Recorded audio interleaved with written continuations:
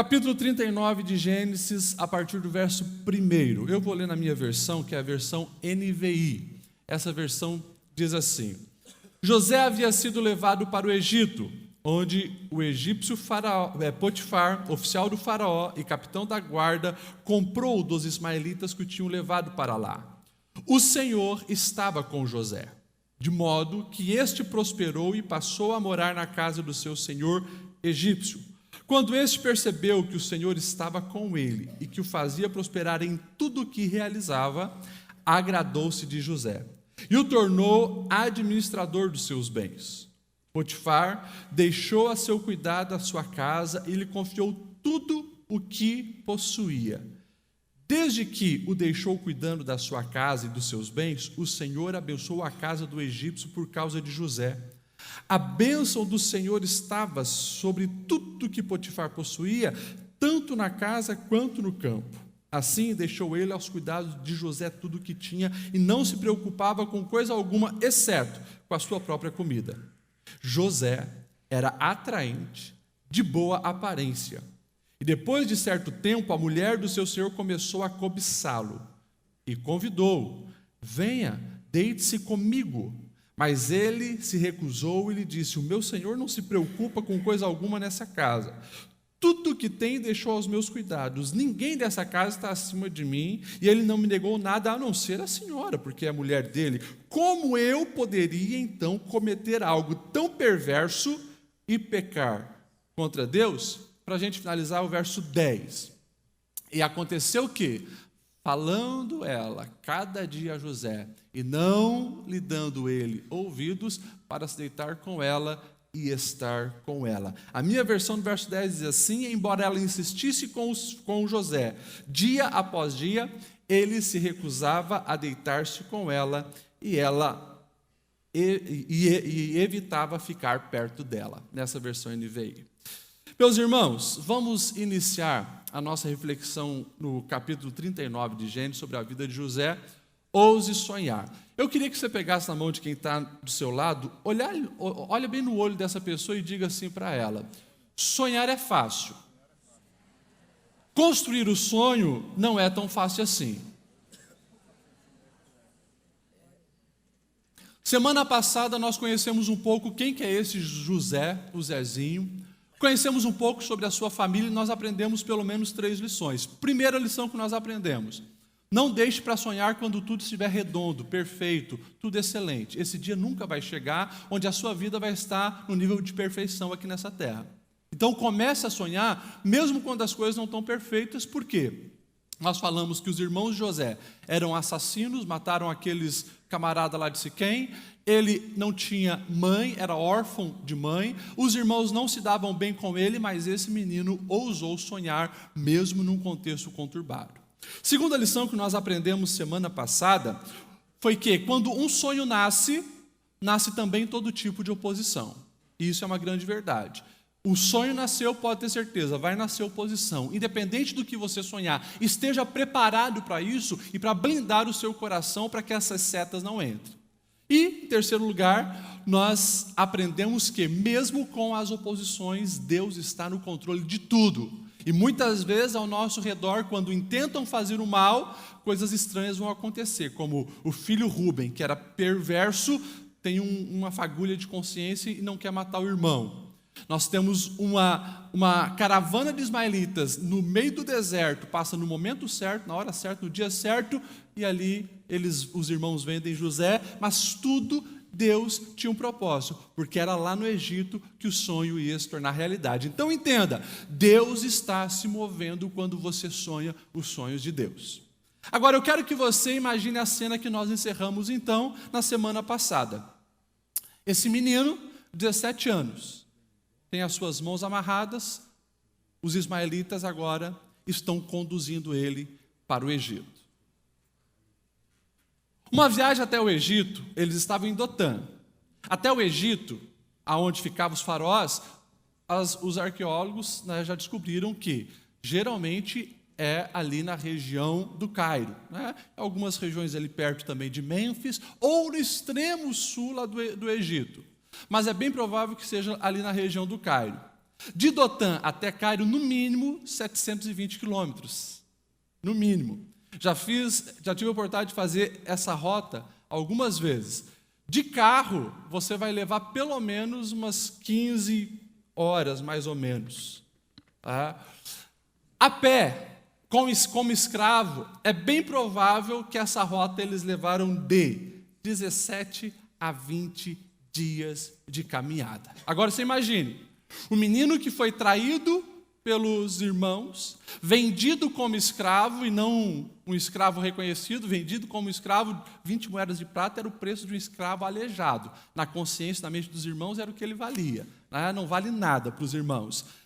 Coração dilacerado, ansioso, preocupado, desesperado, longe agora de pai, longe da família, longe do conforto, longe de todo mundo, aquele sentimento de ser traído, enganado, 15 dias pelo menos, a 20 dias, martelando aquilo na mente, e agora na condição de escravo. É dessa maneira que esse menino chega no comércio no Egito. E tem lá jumento, tem cavalo, tem camelo, tem galinha, tem um monte de coisa para ser vendido. E no meio estão os escravos. E daí imagine o leilão acontecendo, de repente um homem chamado Potifar, não era um homem simples, era um homem poderoso, ele era chefe da guarda pessoal do grande faraó, um camarada com grande status, grandes privilégios, grandes recursos. Ele olha para aquele moço, que provavelmente já estava muito sujo. Lembro você que água é raro nessa região, provavelmente muito sujo. Aquele menino que saiu de casa bonitinho, como um príncipezinho, provavelmente estava muito feio de aparência, mas viu que tinha bons dentes, quem sabe boa aparência no porte físico. Potifar decide comprar esse escravo. É interessante que o verso 1 e o verso 2 vai falar dessa condução. E é lindo quando nós observamos o verso 2 que ele diz já do início: o Senhor estava com José. Eu pedi para você falar para o seu colega do lado que sonhar é fácil, difícil é construir sonho. Então, se o difícil é construir os sonhos, algumas coisas nós precisamos fazer para que esses sonhos não se desmoronem e não caiam por terra. E a primeira coisa é essa: é você levar Deus para as suas adversidades. Leve Deus para as suas adversidades. Língua diferente, Deus diferente, contexto diferente, tudo diferente. José decide não abrir mão do seu Deus e leva o seu Deus também para o Egito. O pai não podia estar ali, o conforto da casa não estava ali, mas ele sabia que o seu Deus é onipresente, e aonde ele for, ele não quer perder a conexão com os céus. Esse é um dos grandes segredos que nós precisamos ter na nossa caminhada, para que os sonhos que nós temos não venham se desmoronar. É interessante quando nós olhamos para essa atitude de José, de manter a conexão com o seu Deus, ele confirma algo que a Bíblia toda vai mostrar de ponta a ponta.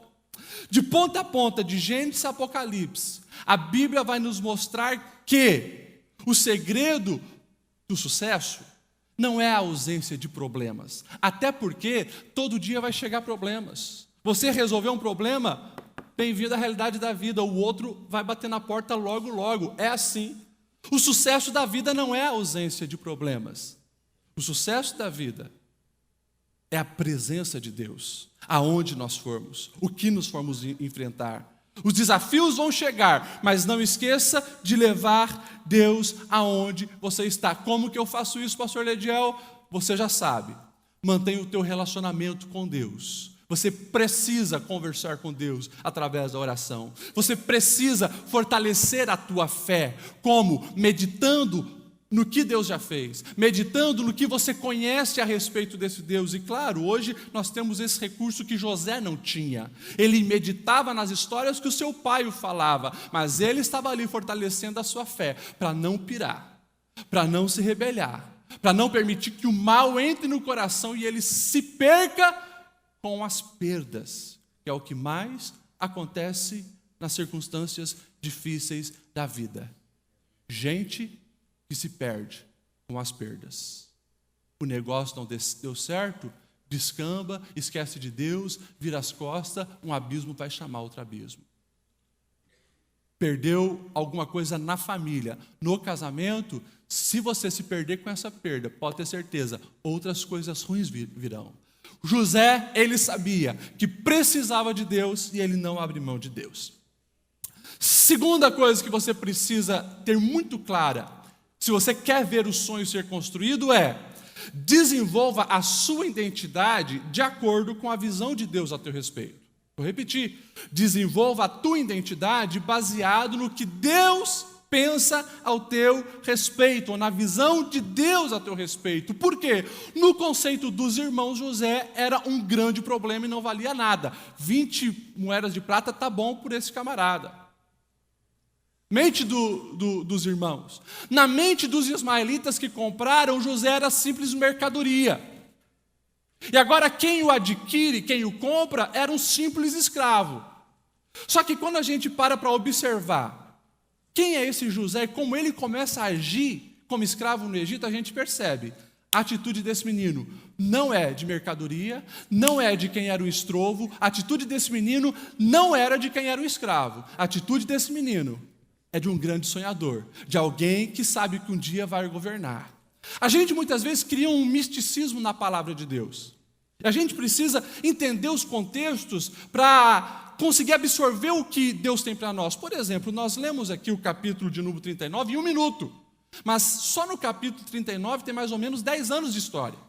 E a gente precisa entender que quando a palavra de Deus diz que o Senhor era com ele e foi um homem próspero, estava na casa do seu senhor egípcio, a gente precisa entender que Deus sim fez José prosperar, mas não foi passes de mágica. Ele era escravo, Potifar o comprou. O que um escravo faz? Trabalha como escravo. José, provavelmente, não sei nem se chamava pelo nome, bem provável que não. Aquelas toras precisam ser colocadas naquele lugar. Pai escravo. Não vai receber um muito obrigado, não vai receber um salário. Vai e faz. Potifar começou a observar. Nunca ninguém organizou aquelas toras desse jeito. José, o estábulo dos cavalos precisa ser limpo. José vai e faz o melhor. Esse camarada percebe que tudo que José faz, ele faz com excelência. Então, vou botar esse menino dentro da minha casa. José, eu preciso que você limpe os banheiros da minha casa. Nunca ficou tão limpo aqueles banheiros. José, a minha despensa está uma bagunça, organiza. José organiza a despensa. Eu imagino que ele catagola, coloca tudo, faz um catálogo, organiza. Entradas, saídas de alimento, tudo muito bem organizado. E Deus vai prosperando José. Não foi passe de mágica, não foi Deus que limpou o banheiro, não foi Deus que limpou o estábulo, não foi Deus que transportou tora, não foi Deus. José fazia. Agora, qual é o segredo dele? Ele tinha a presença de Deus, consequentemente, ele sabia quem ele era em Deus. Por mais que os outros não o valorizassem, por mais que os outros o viam como escravo, ele sabia que ele não era nada disso. E o que Potifar, olhando essa atitude desse menino, faz? Você vai ser o mordomo de toda a minha casa. Agora, você imagine, aquele menino que chega sujo, não valendo nada no Egito, de repente, em pouco tempo, por tudo que ele faz, ser tudo muito bem feito, ele é colocado em uma posição de destaque. E o texto vai dizer que Potifar olha para esse menino e diz: tu tem liberdade de fazer o que você quiser aqui. Eu não vou mais me preocupar com nada. Não quero saber quanto que está entrando de lucro, quantos cavalos, camelos estão procriando, qual a quantidade do meu gado, está tudo na tua mão. Você é o que controla a comida que entra, a comida que sai, e tem mais. Você que vai coordenar todos os outros funcionários escravos. É você, José. Única coisa, claro, não toca na minha esposa, é minha. E isso ficou bem claro. O texto vai dizer que Potifar tinha tanta confiança em José que o que ele fazia era apenas sentar na mesa e se preocupar em pegar a colher e botar a comida para dentro. Porque o mais, tudo estava na mão de José e o Senhor o prosperava. Por quê? José ele se via como uma bênção, chamado por Deus para ser um grande sonhador e um dia governar. Aqui eu quero aproveitar e pedir que você faça um exercício mental sobre a sua vida. Como você tem se visto? Como você tem agido e reagido? Eu falo agido e reagido porque muitas vezes nós planejamos as nossas ações, mas as reações evidenciam a nossa alma e o nosso caráter. Como você tem reagido ao que as pessoas têm falado a teu respeito, pensado a teu respeito, ou quem sabe a maneira com que eles têm te tratado. Quem sabe você está numa empresa e você permitiu que o desânimo entrasse na sua alma, por quê? Você não tem o reconhecimento que você, na tua ótica, merecia. O tempo vai passando e se o teu patrão, ele via você como um funcionário meia boca, se você permitir que a opinião dele entre na tua alma, daqui a pouco você está relaxando e agindo, fazendo tudo meia boca. Porque a opinião de fora entrou no teu coração. A Bíblia vai dizer, Provérbios 23, não estou enganado, verso 7, o que a alma imagina, assim é. Como você se vê? Você lembra lá atrás, algumas quintas atrás eu falei do evangelismo que nós fazíamos com aquelas prostitutas lá em BH, elas cresceram ouvindo isso. Você não vale nada, você não presta, absorveram. A gente precisa cuidar e guardar o nosso coração acima de todas as coisas, por quê? Se o que as pessoas tentam te definir, se você permitir que isso de fato construa a tua identidade, já era. Os teus sonhos vão por água abaixo. Agora, quem é você para Deus? Quem é você perante Deus? Quem você é aos olhos do Pai? Qual o teu valor diante daquele que criou todas as coisas e que já evidenciou o teu valor ao dar o seu Filho Jesus para te salvar? Pode ter certeza, você tem muito valor. Pode ter certeza, você não é qualquer um, qualquer uma, você é imagem e semelhança de Deus, criado e projetado para fazer grandes coisas. Absorva isso e você vai ver, aonde você colocar a mão vai prosperar. Não permita que o desânimo, a desgraça e tantas outras coisas entrem no teu coração. Seja, haja, conduza a sua vida, tome as decisões como um filho de Deus, e você vai ver a bênção do Senhor te abençoando, te conduzindo, te fortalecendo, te enriquecendo todos os dias.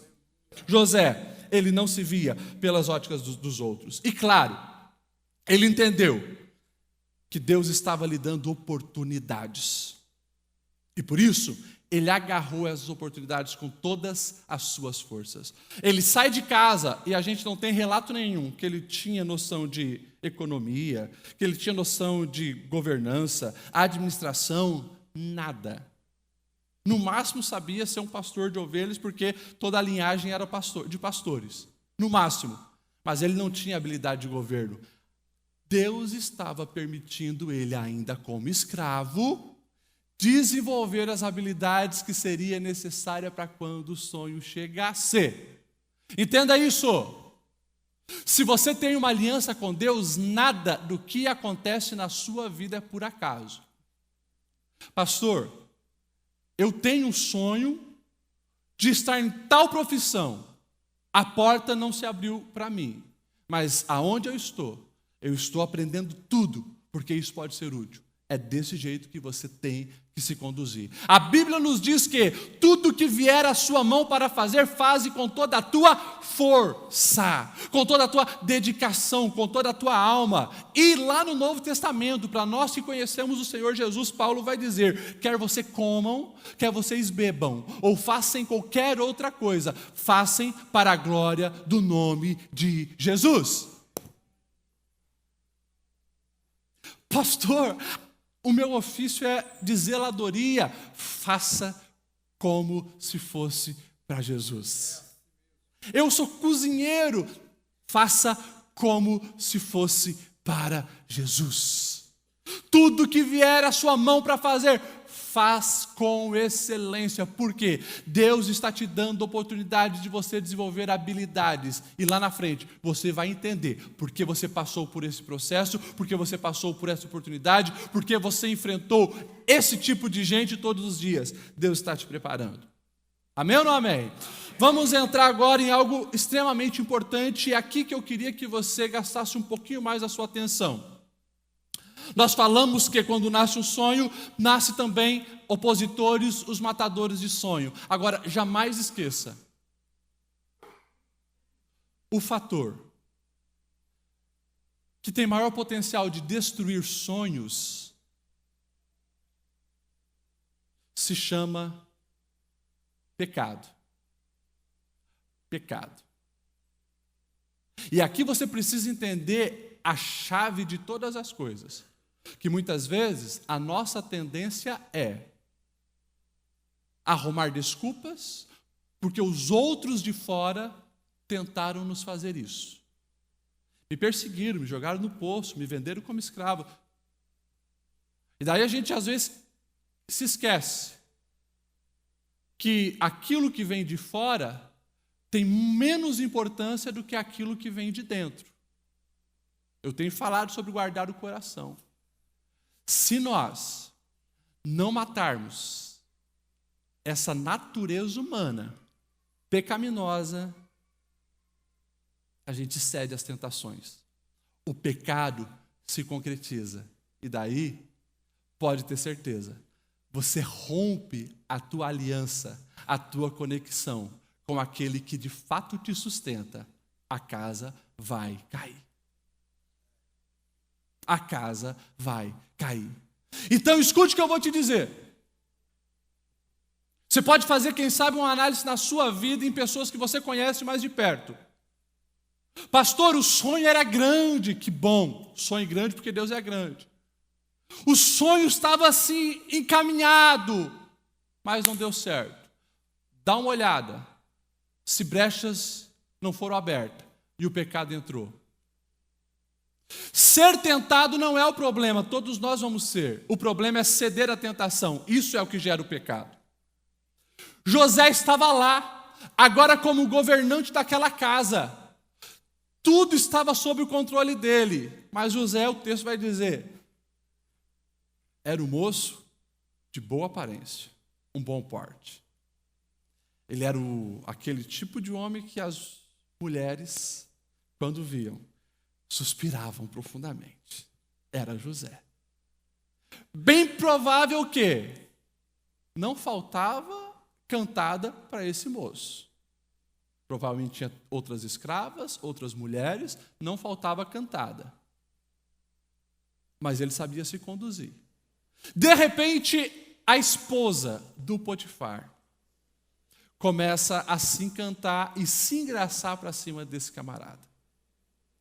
O texto vai dizer, e é interessante que a gente começa a perceber a sutileza de como é esse processo da tentação.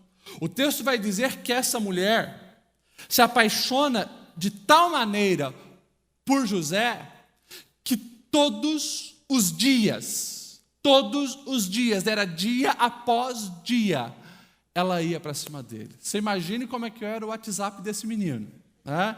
Todo dia tinha uma mensagem lá, uma cantada lá. E o texto vai dizer que ele fugia dela.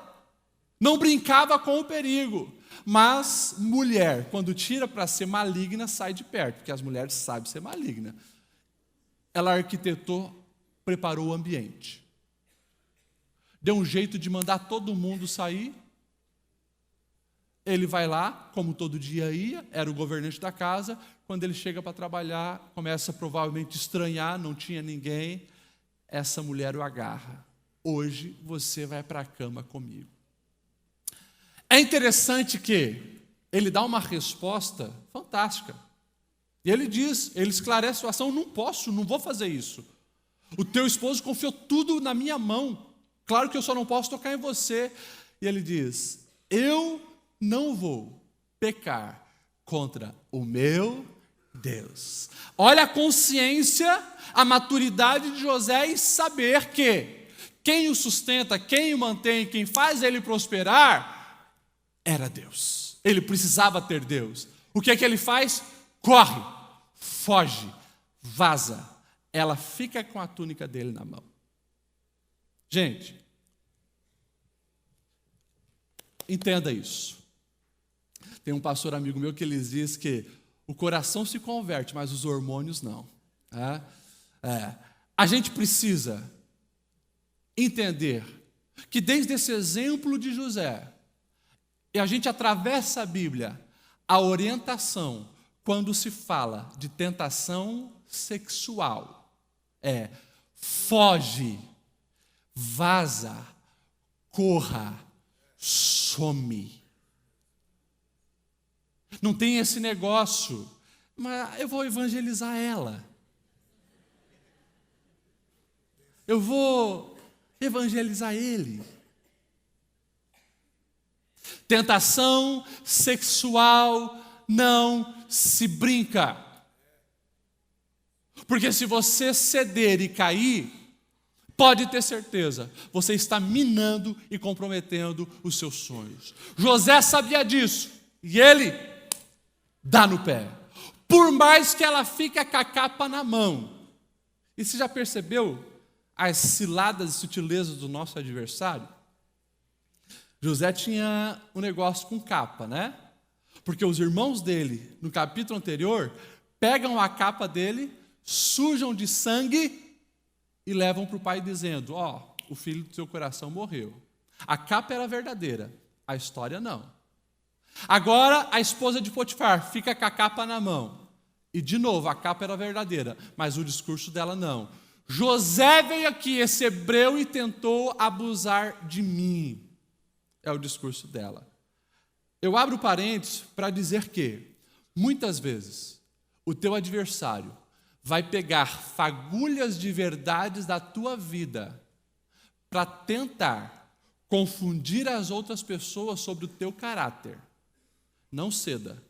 Mantenha o teu caráter íntegro, porque o mais importante é o que Deus pensa ao teu respeito do que os outros estão pensando a teu respeito. Você pegou isso? Teu inimigo vai pegar fagulhas de verdade da tua vida para tentar distorcer a tua reputação. Mas o mais importante é o que Deus pensa ao teu respeito. Não abra mão do certo, não abra mão da integridade, não ceda ao pecado. Por quê? Porque mais vale agradar a Deus. José fez o certo.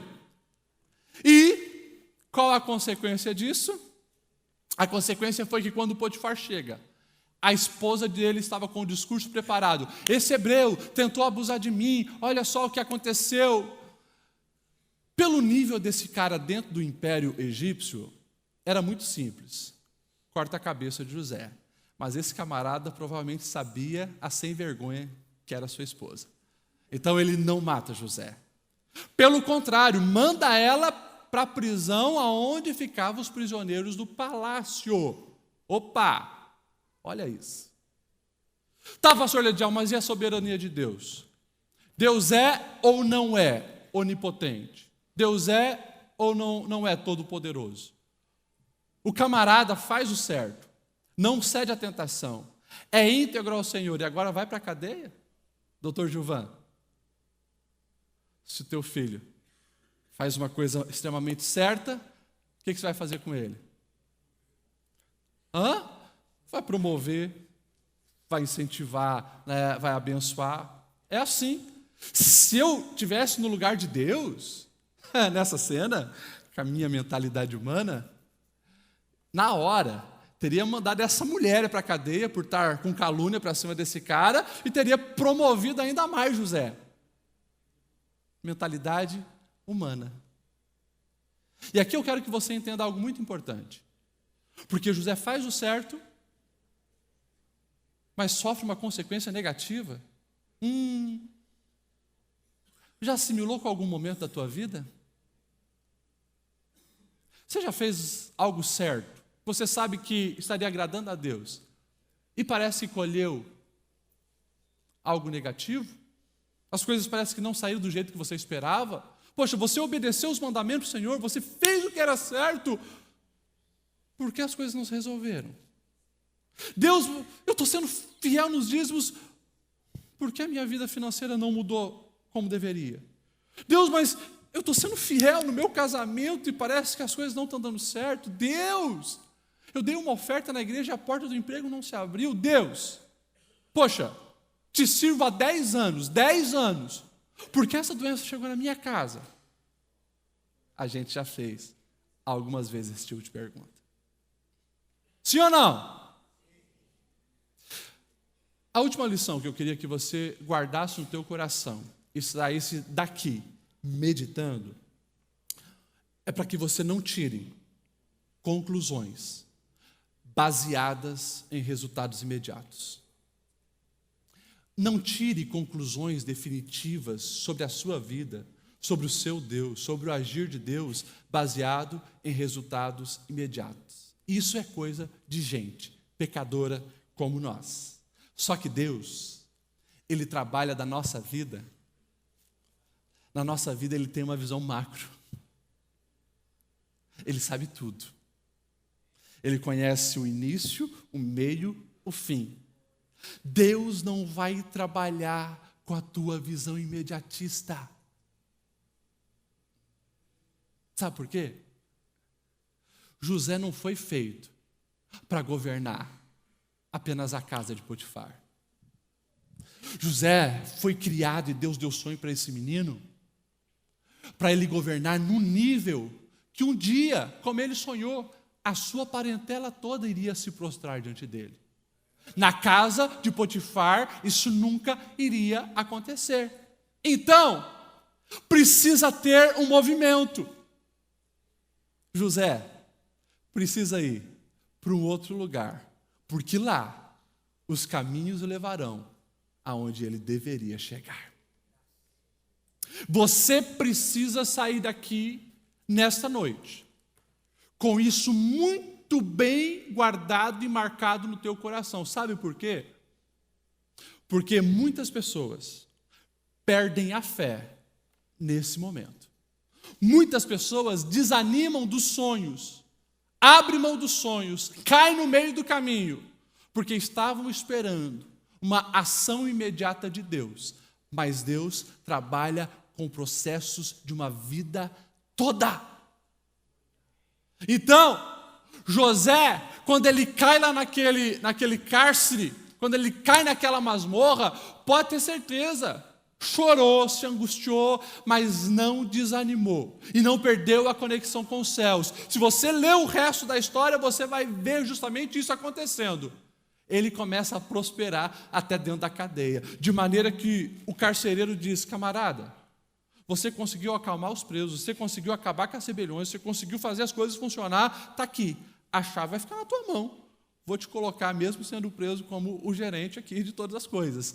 E Deus prospera José lá no cárcere. A voz de Deus fala com cada um de nós nessa noite aqui, sobre as nossas decisões e as nossas reações, quando as expectativas são frustradas.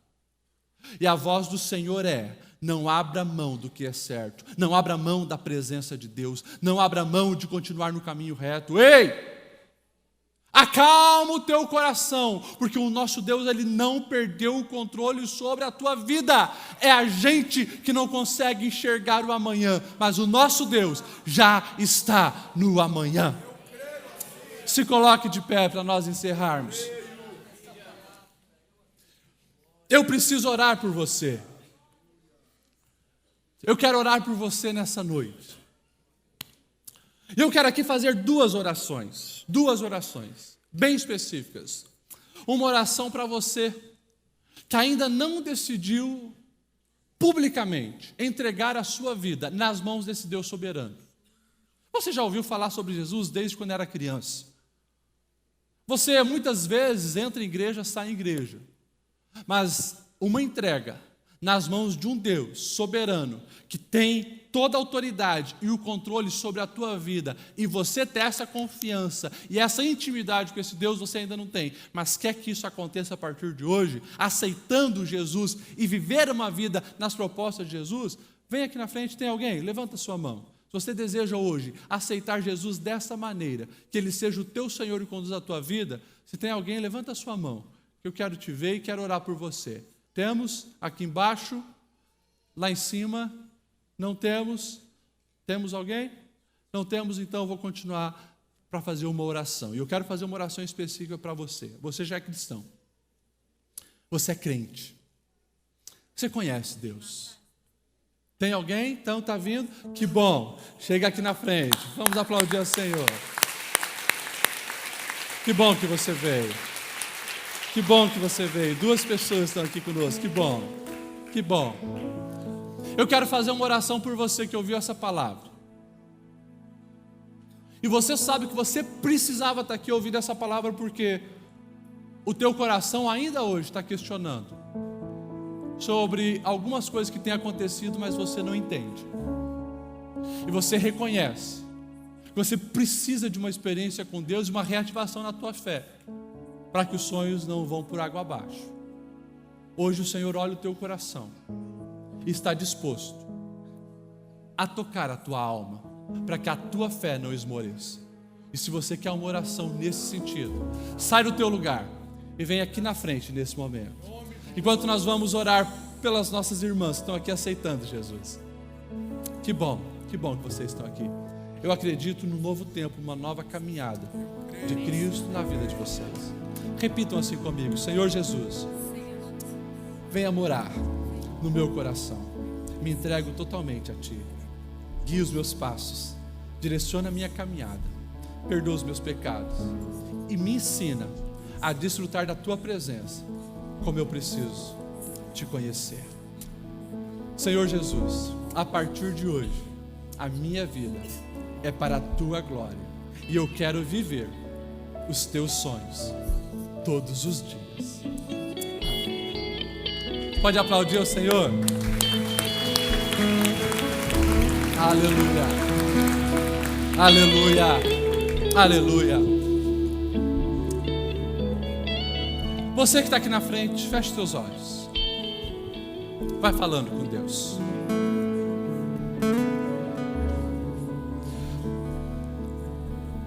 Deus ministrou aos nossos corações que nós precisamos nos blindar contra falsas definições que tentam distorcer nossa identidade, o pecado que tenta entrar todos os dias na nossa vida, mas principalmente com uma confusão de mente que muitas vezes tenta nos enganar dizendo que o silêncio de Deus significa que Ele não está presente. Isso não é verdade. Deus está presente. Deus está no controle. A gente precisa conhecê-lo para que a confiança aumente e a gente possa descansar nele. Estenda a sua mão aqui para frente, você que não veio à frente, mas quer orar pelos irmãos. Senhor, na Tua presença nós estamos nessa noite. E nós queremos aqui, Senhor, pedir a Tua bênção sobre cada um dos Teus filhos que aqui chegaram. Tu conheces cada um deles. Tu conheces essa vida, Tu conheces esse coração. Tu conheces as marcas nessa alma, as desilusões sofridas. Tu conheces as noites acordadas e as lágrimas derramadas. Tu conheces os pensamentos contrários. Tu conheces as frustrações e as tentativas de desistir. Tu conheces. Mas é no nome de Jesus que nós aqui nos unimos para ministrar Tuas bênçãos sobre os Teus filhos. Principalmente uma renovação, Senhor, na mente, para que a confiança aumente em Ti, o conhecimento a Teu respeito, Senhor, possa ser experimentado, possa ser real, para que a caminhada, Senhor, contigo realmente seja intensa, verdadeira, Senhor. Restaura os sonhos dos Teus filhos e fortaleça a fé de maneira que as circunstâncias negativas, as palavras contrárias e todas as hostes infernais não consigam tirar o sonho desse coração. Deus, nós não queremos caminhar pelas circunstâncias imediatas, nós queremos caminhar baseado nos teus propósitos eternos. Nós queremos caminhar com os olhos da fé, que enxergam o impossível, que enxerga aquilo que a mão não toca, mas a confiança no coração é renovada, porque nós sabemos que Tu és o Deus Todo-Poderoso, que nunca perdeu o controle da nossa história. Confiamos em Ti, e os nossos olhos se voltam para Ti. Renova a fé dos Teus filhos, Senhor. Gere a confiança necessária para que o novo tempo contigo, uma nova caminhada em Ti seja estabelecida, em nome de Jesus.